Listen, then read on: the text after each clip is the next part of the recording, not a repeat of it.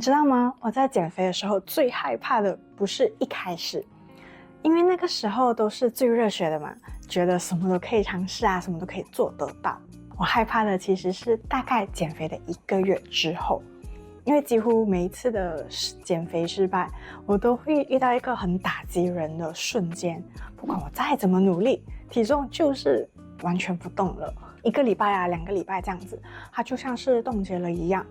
那个时候真的是非常的挫折，就开始怀疑，我自己到底是不是做错了什么啊？甚至也会想，是不是我是一个不适合减肥的人，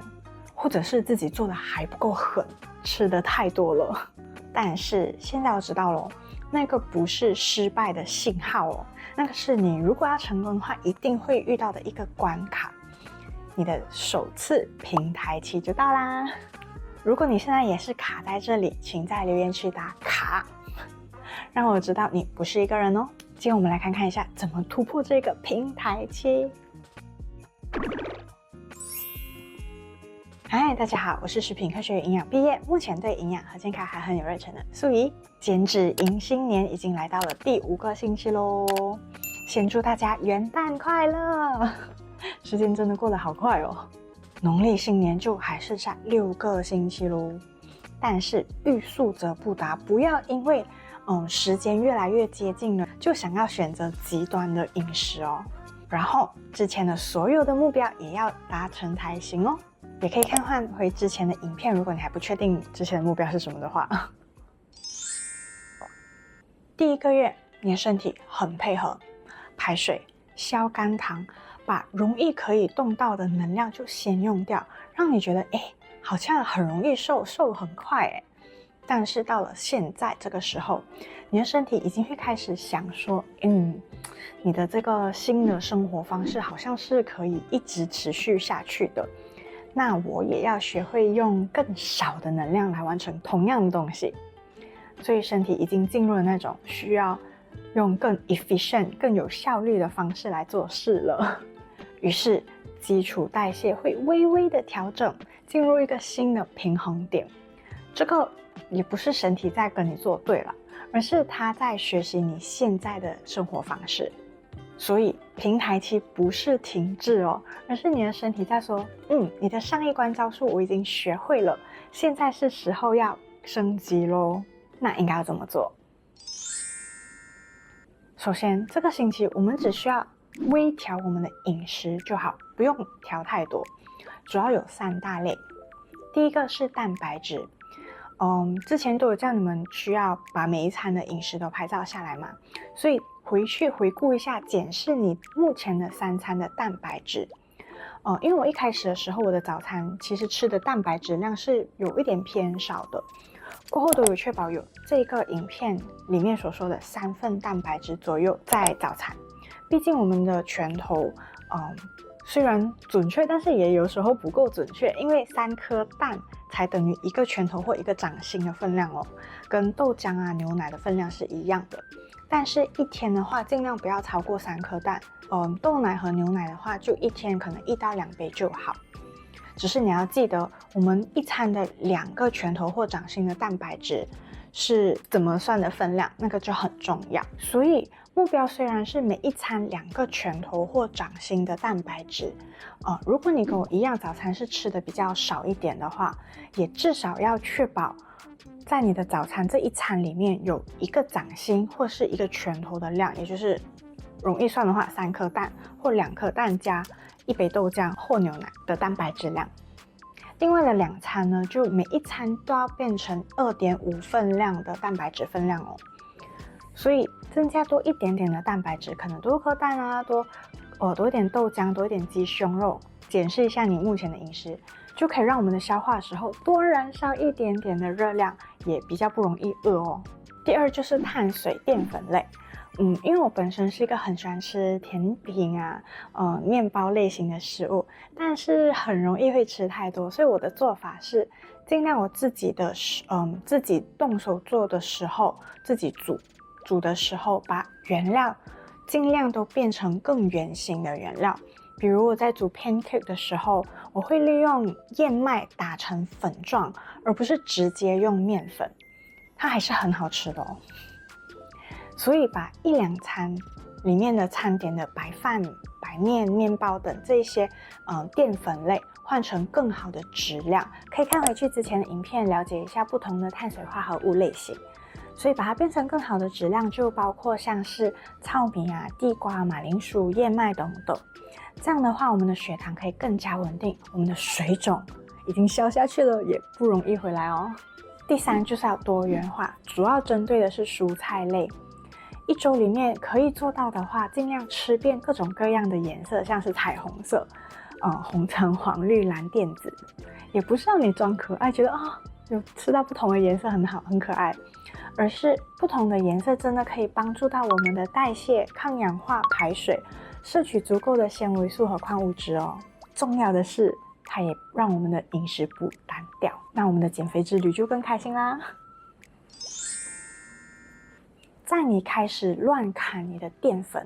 乱停吃之前，我想先帮你做一件很重要的事情，就是矫正我们的营养比例。我自己的话，在用的是淀粉是45%，就是我的卡路里的45%是淀粉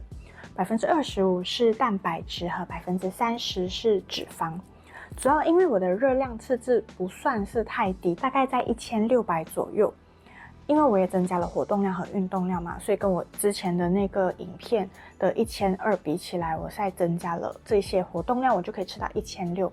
所以这个比例算是比较刚刚好的，身体不会太吓到我的热量赤字太低，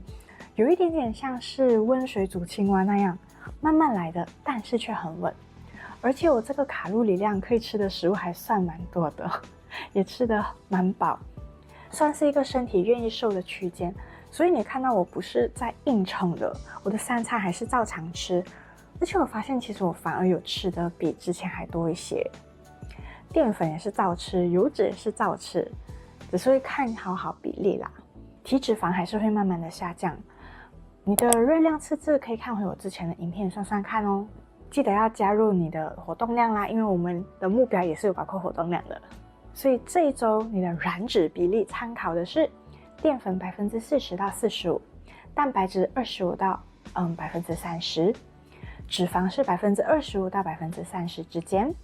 这个比例不是要让你少吃，吃太少，而是让我们的身体有一个安全感，不会害怕你饿它，所以它才会愿意放掉脂肪。而在运动方面，这个时候我相信你已经每一周都有完成1周3练了吧？那是时候给身体多一点点的刺激了，不用太多，一点点就好。比如当你做间歇训练的时候，就来一个快慢的交替；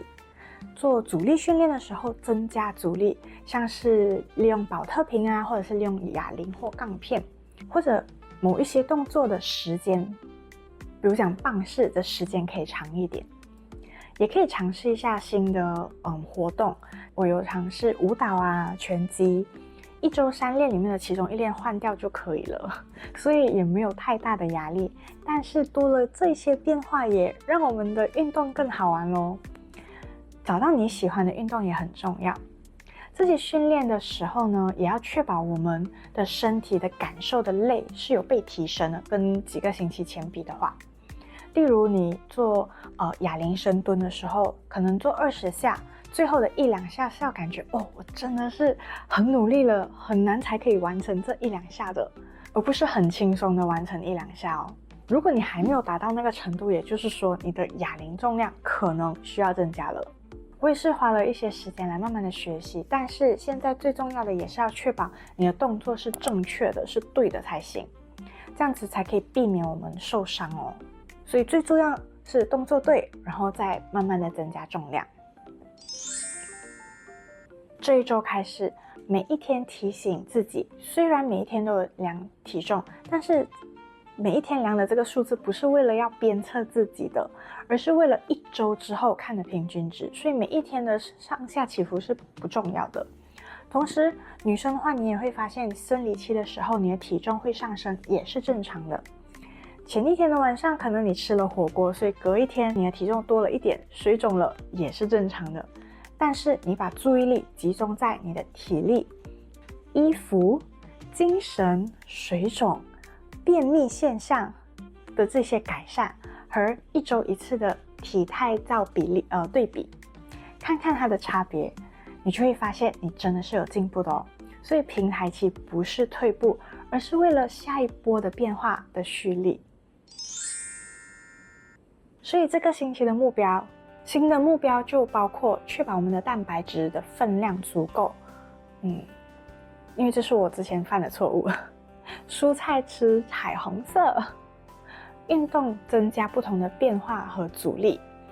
注意自己的其他变化和保持之前的目标。2500毫升的水分，步数的话增加多500步，就是8000步，每日8000步的步数，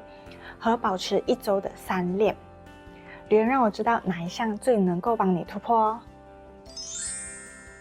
最后，恭喜你已经走过1个月啦！这已经不是试试看了，你是真的有在改变。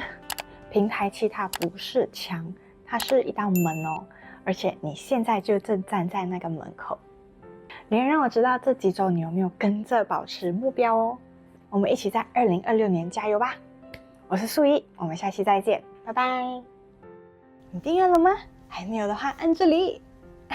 谢谢。